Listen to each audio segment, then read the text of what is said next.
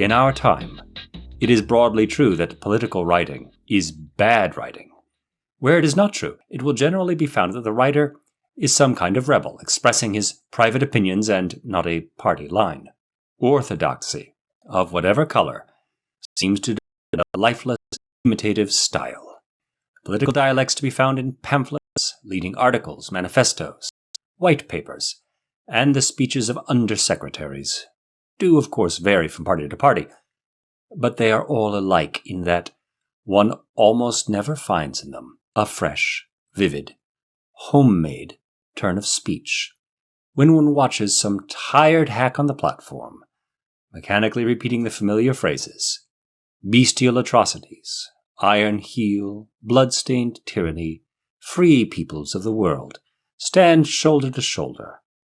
One often has a curious feeling that one is not watching a live human being, but some kind of dummy. A feeling which suddenly becomes stronger at moments when the light catches the speaker's spectacles and turns them into blank discs, which seem to have no eyes behind them. And this is not altogether fanciful. A speaker who uses that kind of phraseology has gone some distance toward turning himself into a machine. The appropriate noises are coming out of his larynx, but his brain is not involved, as it would be if he were choosing his words for himself. If the speech he is making is one that he is accustomed to make over and over again, he may be almost unconscious of what he is saying, as one is when one utters the responses in church. And this reduced state of consciousness, if not indispensable, is at any rate favorable to political conformity. In our time, political speeches and writing are largely the defense of the indefensible. Things like the continuance of British rule in India, the Russian purges and deportations, the dropping of the atom bombs on Japan, can indeed be defended, but only by arguments which are too brutal for most people to face, which square with the professed aims of the political parties. Thus, political language has to consist largely of euphemism, question-begging, and sheer cloudy vagueness. Defenseless villages are bombarded from the air, the inhabitants driven out into the countryside, the cattle machine-gunned, the huts set on fire with incendiary bullets. This is called pacification. Millions of peasants are robbed of their farms and sent trudging along the roads with no more than they can carry. This is called transfer of population, or rectification of frontiers. People are imprisoned for years without trial, or shot in the back of the neck, or sent to die of scurvy in Arctic lumber camps. This is called elimination of unreliable elements. Such phraseology is needed if one wants to name things without calling up mental pictures of them. Welcome, ladies and gentlemen. Welcome back to the Corbett Report podcast. I am your host, James Corbett of CorbettReport.com, coming to you, as always, from the sunny climes of Western Japan, here on this 14th day of June, 2019. This is episode 357 of the Corbett Report podcast, Language is a Weapon. And bonus points to any of you listening to the audio version of this podcast, or any blind people listening to the video version of this podcast, who correctly identified the source of today's opening quotation without aid of visual prompt or cue, namely our good old friend Eric Arthur Blair, aka George Orwell, in his 1946 essay on politics and the English language. And yes, I have observed numerous times that it's difficult to go so much as a single podcast anymore without raising the specter of George Orwell or using that ubiquitous adjective of our age, Orwellian. But so I will get it out of the way immediately. But in this case, not in the familiar context of 1984 in the Big Brother police state, but in this case on Eric Blair's more philosophical ruminations on politics and language. And as I often observe, this is the one thing that I'm actually qualified to talk about, because we all know that you need some sort of qualification from an accredited institution to be able to talk on anything. So don't worry, I have a couple of degrees literally junked in the back of my bookshelf somewhere. I should dig it out before the end of this episode, that show that I am qualified to talk about this subject. And unfortunately, although I begin with a little opening jest, it is not a jesting matter. This is no laughing matter, because language is a weapon, and although that is an analogy, that is a metaphor, I think there is a reality to that metaphor. In fact, a very literal reality. What do I refer to? Well, let's take an example from modern history, something a little bit closer to our time than 1946 and George Orwell's time, and let's look at theatlantic.com from May 29th of 2012. Under Obama, men killed by drones are presumed to be terrorists.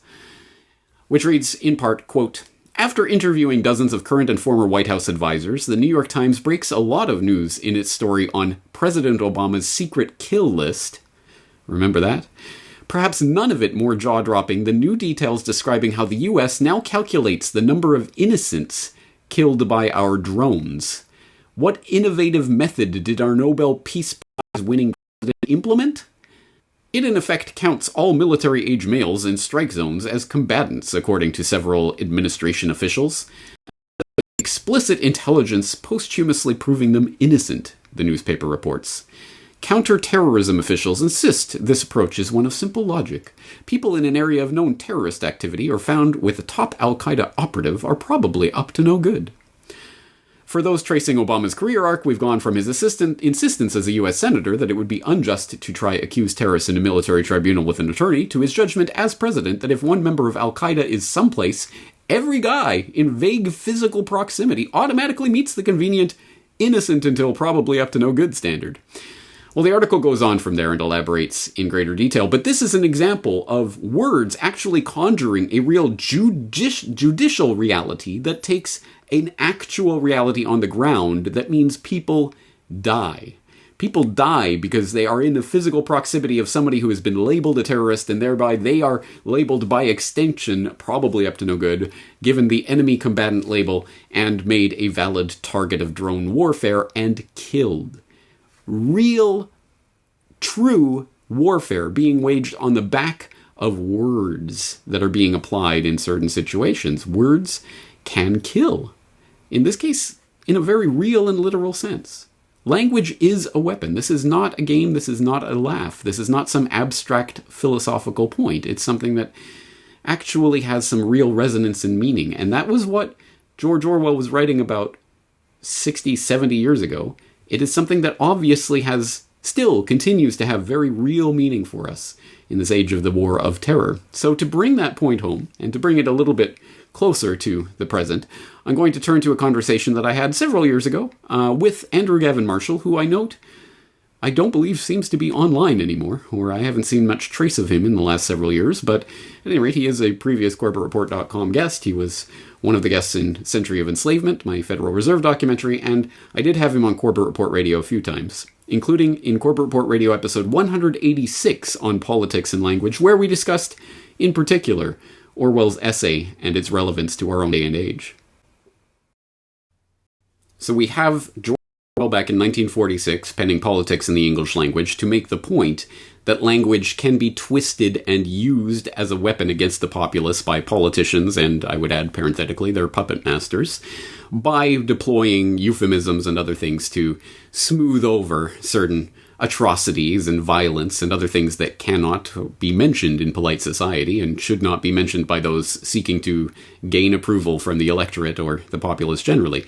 So they twist language and use it as a weapon. And of course, that fundamental principle certainly still applied several years ago when Andrew Gavin Marshall and myself had that conversation, and it self-evidently still applies to this day. In fact, as we pointed out, many of the exact same terms that Orwell was pointing out are still used in the same way to euphemistically refer to things that cannot be referred to this very day, and we can add any number to that list. And if you go and listen to the rest of that conversation, Corbett Report Radio 186, you'll see we do discuss some more terms that are used in exactly that fashion today.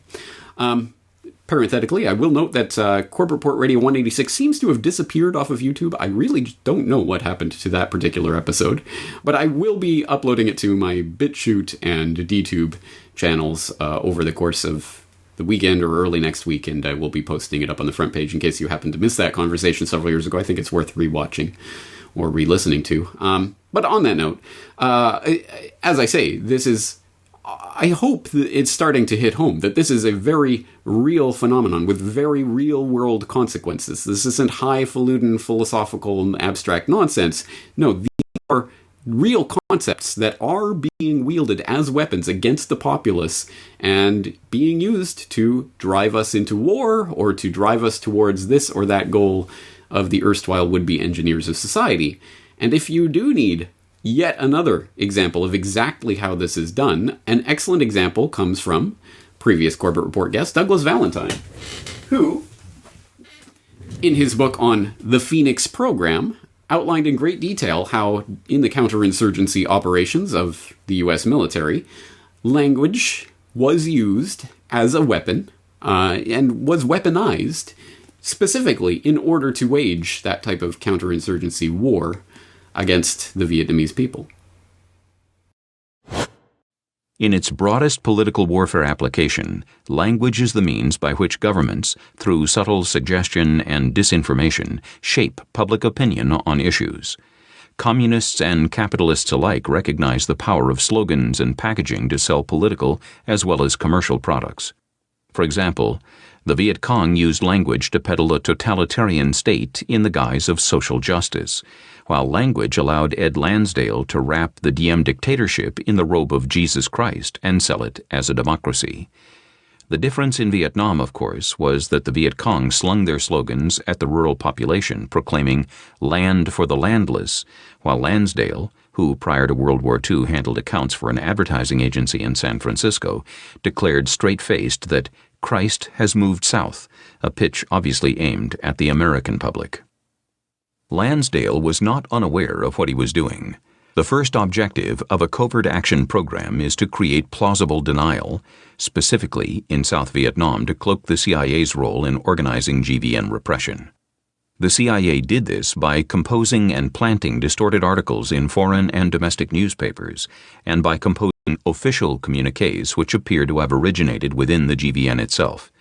This disinformation campaign led predisposed Americans to believe the GVN was a legitimately elected representative government, a condition which was a necessary prerequisite for the massive aid programs that supported the CIA's covert action programs. Insofar as language, information management perpetuated the myth that Americans were the GVN's advisors, not its manufacturer, public support was rallied for continued intervention.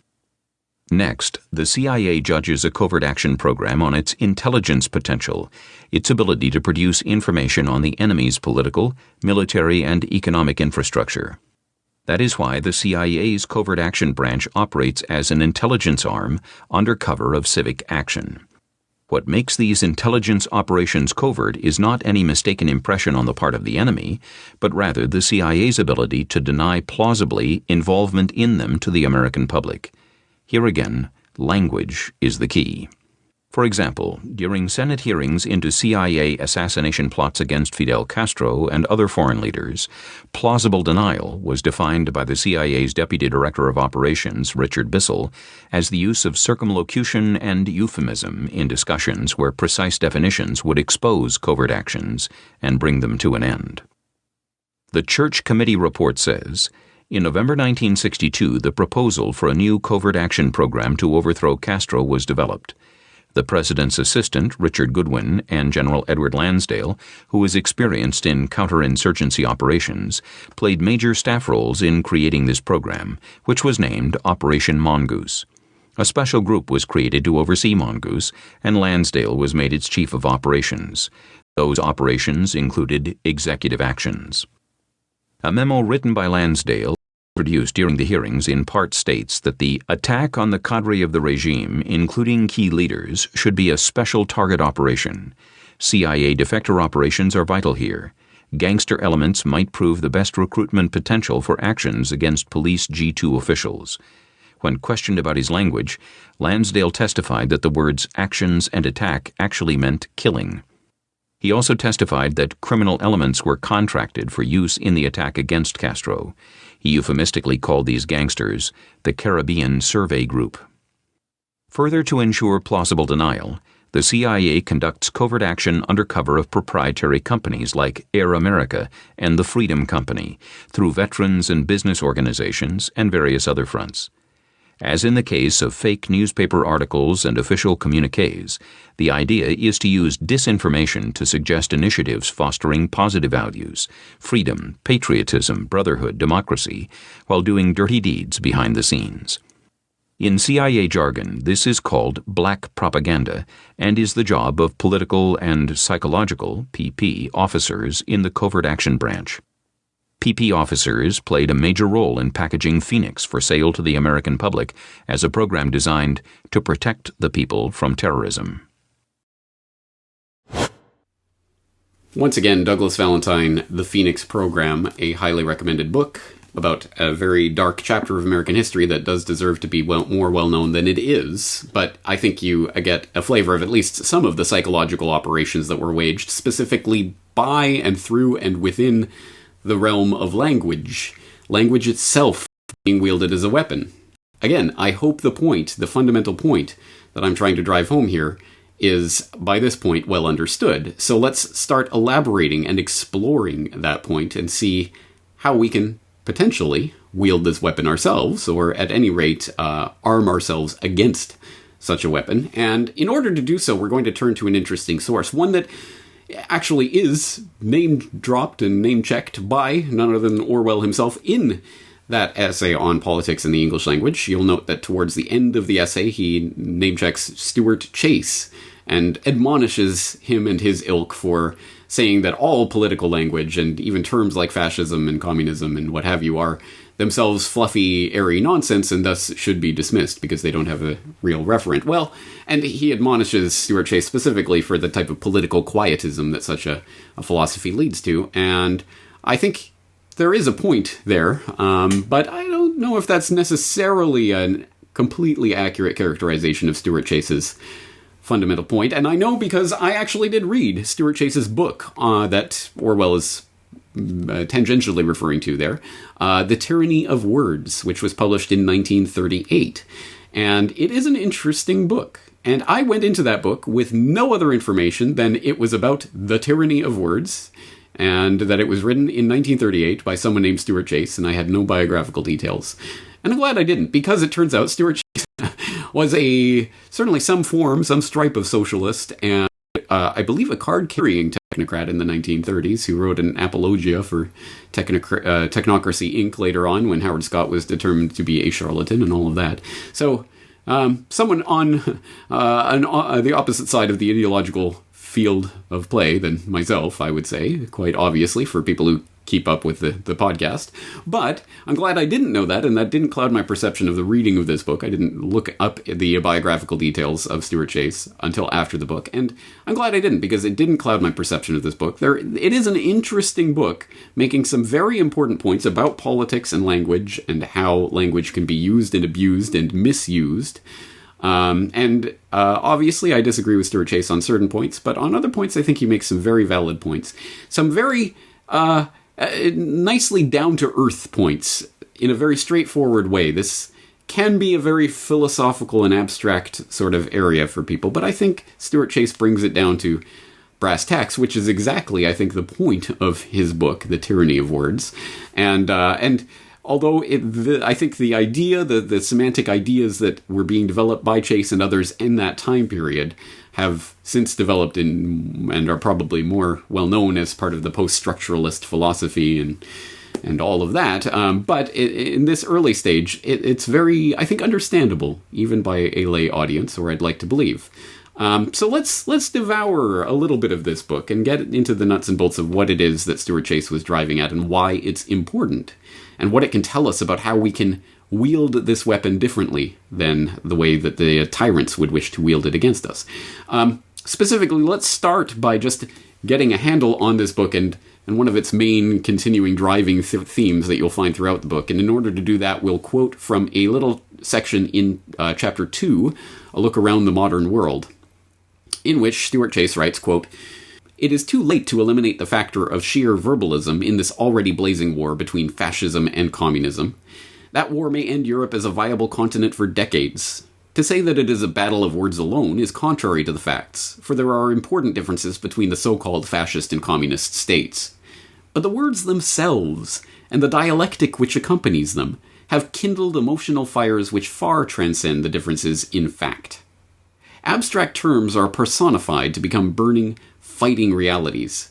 Yet if the knowledge of semantics were general, and men were on guard for communication failure, the conflagration could hardly start.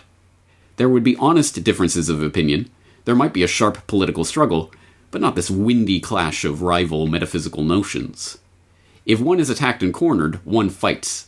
The reaction is shared with other animals and is a sound survival mechanism. In modern times, however, this natural action comes after the conflict has been set in motion by propaganda.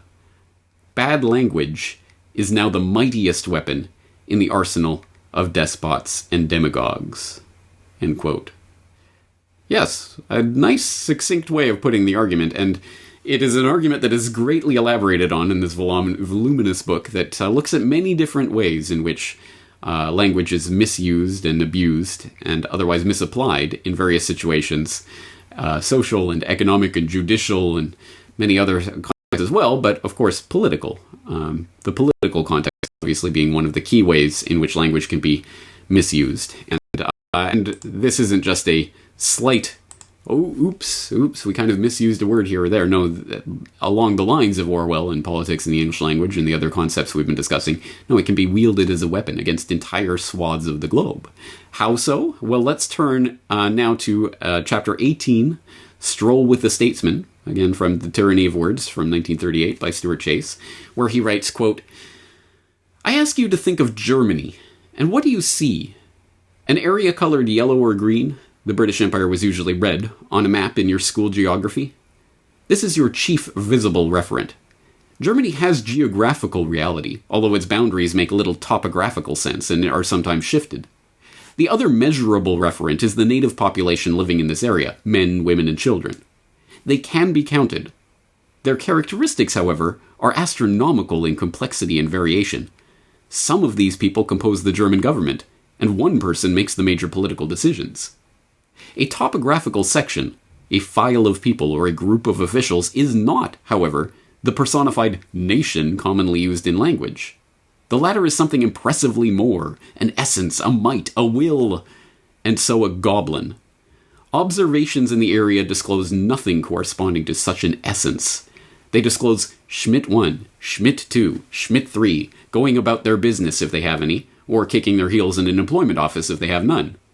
Germany may have gone mad in 1914 and again in 1933, as excited commentators say, but the organic madness is in the realms of demonology, not in the area called Germany. You yourself recognize this when you say, the German people are decent, kindly folk in the main, but Germany... If Germany in terms of real reference does thus and so, then you must be prepared to see every person in the population with a heave-ho like sailors on a rope doing thus and so. Germany chokes freedom. Well, all together now, choke! But if all together, who is left to be choked? The cows, perhaps? Or an American newspaperman in Berlin? Well, some persons called Germans are choking the activities of other Germans, correct. The German government as a group of officials is doing some choking, yes. But Germany is not doing any choking, no. When you get away from Germany and begin to think about Schmidt 1, the fog begins to lift. In any country in so-called Western civilization, you will find most people eating, sleeping, laughing, talking, going to market, rearing children, working in factories, tilling the soil, reading newspapers, attending concerts, games, and moving pictures, riding in railroad trains and motor cars, a good deal as most people are doing in the next country. Some people in Germany today are performing certain acts of which I disapprove. But I find many people in the area called America performing acts of which I also disapprove. Mr. Hearst, for instance. William Randolph Hearst, obviously. Are there relatively more of such actions in Germany? I believe there are. But I confess my inventory is not complete. At this point, intelligent criticism can take place, but not in the foggy realms of a mad Germany, end quote. Now, I hope a passage like that, although it seems perhaps plainly obvious, perhaps so plainly obvious that it doesn't need to be stated on one level, on the other hand, quite the contrary, very much needs to be restated over and over, constantly, in front of everybody, and not, of course, just in the context of Germany in the 1914 or 1930, but in terms of whatever propaganda we are being assailed with on any given day of the week, whether it's about those dastardly Syrians, or those dastardly Iranians, or those wonderful Saudis who crucify and behead people in public, but that's okay because they're our friends. No, we have to keep in mind that when we are using these terms, these referents, they are not referring to specific things. They're being thrown like a blanket over entire geographical swaths of the globe in order to categorize and thus neatly tie in a bow whatever geopolitical agenda is attempting to be forwarded by the person speaking. And again, I think this does need underlining and reaffirming. And specifically because, as listeners of this podcast will know from, say, episode 350 of this podcast on History is Written by the Winners, or episode 347, 348, 349 on World War I conspiracy, you will know that there were decades of preparation of the English psyche, in particular, at that time, for what would eventually eventuate into World War I, the battle, the conquest against those evil, warlike Huns. There was decades of preparation to convince the English public, and the public in other countries besides, the dastardly, evil, inherently warlike nature of the Germans and Germany, perhaps best exemplified and personified by their head of state, that wild, bloodthirsty demon Kaiser Wilhelm, who, again, you will know from episode 350, for example, was not exactly the warmongering, bloodthirsty demon he was portrayed as in the literature of the time, although certainly no angel, but certainly not the demon that he was classified as. But even so, at least that is a person that you can talk about, and he did this and he did not do that, and there are certain objective facts you can look at. But when you talk about Germany in general, or Syria in general, or Iran in general, then there is no other thing that can be done with a sentence like that other than to forward some sort of agenda. Either to defend an entire swath of the globe and everyone within it, or to paint them all with the same brush as evil, or whatever the case may be. And we have to be on guard against that, because that is a key part of this weapon, and the way that language is wielded as a weapon. In fact, as Stuart Chase notes, one of the most powerful weapons in the arsenal of the demagogue and the tyrant. Absolutely. And again, this should be apparent from any number of different ways. But as we are wont to observe here on the Corbett Report, weapons are generally, well, certainly swords, many types of swords, are dual-edged. And extending this analogy too far, let's get back to brass tacks. The question is, if language can be wielded as a weapon to corral and control and coerce people into this avenue of action or that avenue of inaction or whatever the case may be, then can it be wielded by the people against the demagogues and tyrants? Can we actually use these inherent properties of words and language to shape the reality that we want?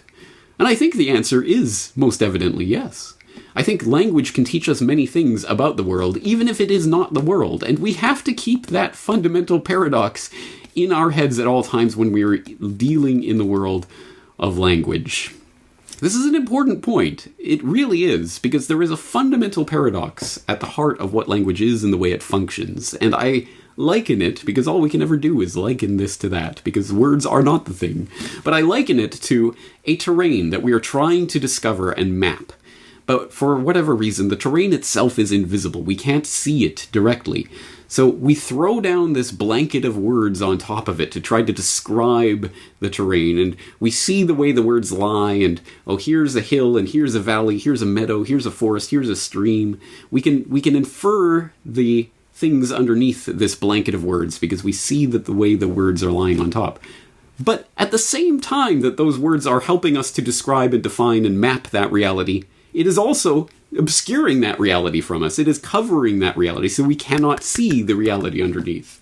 And that is an interesting paradox, but perhaps one that might work to our advantage somehow if we know how to wield language and wield people's inability to distinguish the signifier from the signified, to get all jargony on you. What do I mean in real terms? Well, I mean such things as the remarkable ability of language to convey ideas to completely different audiences. In fact, audiences that might have diametrically opposed ideas, but conveying the same idea, just using different words for each audience, and getting each audience to accept those ideas, even if they seem to be in conflict with each other. Different social context use different languages. And this goes against every piece of marketing you can ever read in an MBA. But the key here is understanding that most people just try to create a one-size-fits-all message and then broadcast that to the entire country. Well, frankly, that sucks. If I'm standing in front of a libertarian crowd, I could say that I think it's very beneficial for the long-term economy growth that a link in the value chain can be cut out of the distribution logistics, and therefore we can connect consumers directly to producers of culture, creating new jobs in the cultural sector and creating opportunities for long-term growth as we get rid of this deadweight in the distribution chain. If I'm talking before a Marxist crowd, and I've done that too, I would say that I think it's absolutely amazing that the cultural workers have finally assumed control of the means of production for their own sweat and labor, and are able to cut out these parasitic profiteer middlemen who have been profiting unjustly off of their sweat. And I'm saying the exact same thing. Hence, language is a very powerful social marker of inclusion and of exclusion. If you're using the wrong language in a crowd, they will disagree with you no matter what you're saying. That was Rick Falkvinge speaking at Republica 2012, and I hope people will know of Rick Falkvinge and know him as the leader or the founder of the Pirate Party in Sweden. And a remarkable story, and he wrote about the story of how he came to found and bring this party to political prominence in Swarmwise, the tactical manual to change the world. It's a fascinating story and a very interesting case study in how decentralized movements can function successfully. It's, again, very interesting. But in that particular case, he's making the point about how in a swarm or a decentralized movement of some sort, the point is not to control the way that the message is forwarded to other people. No, the very point is to allow everyone within the swarm to communicate that message in their own way to different audiences, because exactly as he demonstrates in that particular, in that clip, phrasing things in different ways for different audiences will get diametrically opposed audiences to both be able to see past all the ideological blinders that come with certain words and certain terms, and see the idea and understand and internalize and accept the idea. Whereas if you gave those speeches opposite, so that you gave the communist-infused speech to the libertarians and the libertarian-infused speech to the communists, obviously both audiences would reject the idea. But it's the same idea at base. And that is, again, part of the power of language to either disarm audiences or raise their hackles. And again, that's why there is no one-size-fits-all solution towards communicating information. And that's why the unanswerable question that I get over and over and over and over and over and over, and will probably continue to get for the rest of my career, is, but James, I'm trying to convince so-and-so. How do I do it? What do I say? There is no answer to that, because there are a billion answers, and because language and the way that ideas introduced have to be tailored to different audiences. Now, that might smack of dissembling in some way, or maybe isn't that manipulation and deceit in the same way that the politicians are manipulating and deceiving? No, it's a recognition of the reality that language comes with baggage that you may not intend, but is there nonetheless, and you have to be mindful of the language that you're using in any particular context and know your audience and tailor your message to your audience. That's just part of the reality of language that we have to deal with.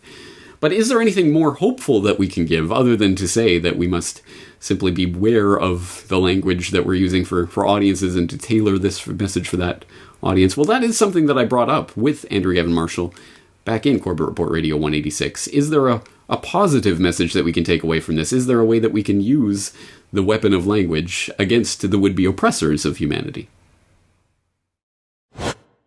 But Andrew, we've been talking about the ways that this can be used for manipulation of the population and suppression of the population and pulling one over on the population.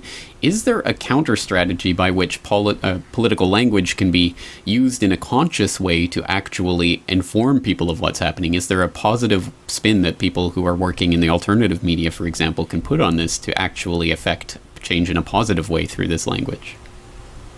Well, I think that, first of all, yes, there is a way that it can be used to the benefit of knowledge, to the benefit of what you could define as liberty, I guess. But it really comes down to an act, which is to define the language you use. It's not simply to define the language being used by the elites, which is necessary. I mean, if you write a report, for example, on the European debt crisis, and it's all about austerity and adjustment and what's taking place, but you don't define these terms, you're not going to really be informing people. You're going to be repeating things that people can then repeat themselves. But there's no really transfer of knowledge itself or accumulation of knowledge. If you define the actual terms, and then you can go into all the details of the policies and effects, etc., but you have to actually define the terms that are used.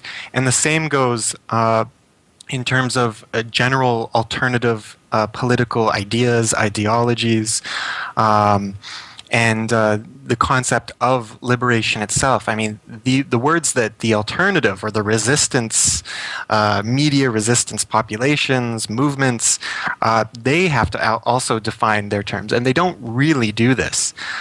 You hear a lot of talk of freedom or of democracy or of liberty, but again, these terms aren't properly defined when they're being used, and I think that that's a way to really expand the debate within the alternative media and between radical or revolutionary ideas and philosophies.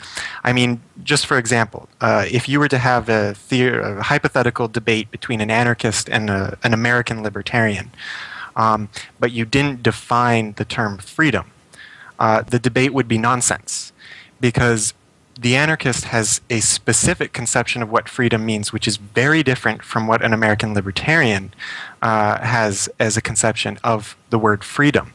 The American libertarian views freedom primarily in terms of freedom for property, whereas the anarchist views often freedom from property, from private property.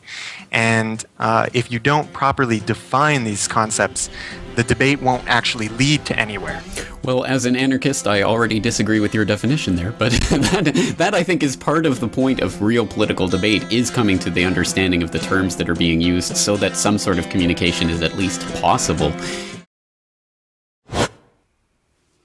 What an intriguing few minutes of conversation that was, wasn't it? And Andrew raises some very good points, and then, as I say at the end of that clip, well, I don't agree with your definition of anarchism, but that really is the point. That is the point, that if we do not actually have base definition, have a common language that we can use to communicate with each other, then we are not communicating with each other. Even if we are using the same words, we are talking past each other, and we are not really comprehending what the other is saying, and we are not properly expressing ourselves, because we do not have a key baseline of definitions from which we can build an actual discourse. And that, again, it seems very simple, but it is an exceptionally important part of actual communication, and that dovetails very nicely, once again, with Stuart Chase and the tyranny of words. That's a point that he comes back to and demonstrates amply again and again throughout the book. In fact, throughout the book, he presents passages of highfalutin talk by politicians and judges and economists and mathematicians and whoever, and then replaces their airy-fairy, abstract, vague language with no real reference and no real definitions. He replaces all those words with the word blab and then reproduces the same passage. And you see that most of the passage is just blah, blah, blah, blah, blah, because that it ends up becoming the standard discourse that we're wading through every single day without even really consciously realizing it, because we mistake the words for the things. We hear words, we think we have some sort of idea about what they mean, but we don't have to drill down on them too hard. We don't have to really understand what is being said, because we get the general gist. And that is the exact way that the politicians, for example, can use their euphemisms to cover up all manner of heinous actions, because, again, we hear a term like enemy combatant. Oh, okay, so some military person who was actively fighting against the United States was killed in a drone strike. Okay, well, that makes sense. It was a war. But what if we didn't use that word enemy combatant? What if we said 15-year-old child who happened to be in the crosshairs of an American drone? Then perhaps that gives a different inflection. But when the press, for example, goes dutifully along with whatever the term of the day is by the Pentagon, dictated by the military, then they start to construct a reality. And that is the prism through which we see reality. Words are this prism that is the only way we have access to a reality. And if they put a certain prism that reflects the light a certain way, then we see that reality in a certain way. And it helps to actually shape the real decisions that we take and the real actions that we take in real life. Profound effects that stem from language and the word boxes that we use to try to construct our understanding of reality, but can be prisons if we don't really drill down on the details and form just basic definitions for the words that we're using. Some very basic points, but some very profoundly important points. So I hope that they do not go over the heads of the audience. I have at least given you your homework reading assignment of The Tyranny of Words, which I think is worth it for people who are interested in this subject and its ramifications. But just to prove I am a man of my word, for the viewers of the video version of this podcast, I will present my credentials. Yes, I did get my BA from the University of Calgary. I did get my MPhil from Trinity College, Dublin. So there you go. I am qualified to speak on such things, and now you can rest assured that I'm an expert. What nonsense. What blab, as Stuart Chase would no doubt interject. All right, well, we're going to leave this heady philosophical and philological conversation there for this week, but I am James Corbett of CorbettReport.com, and I am looking forward to talking to you again very shortly.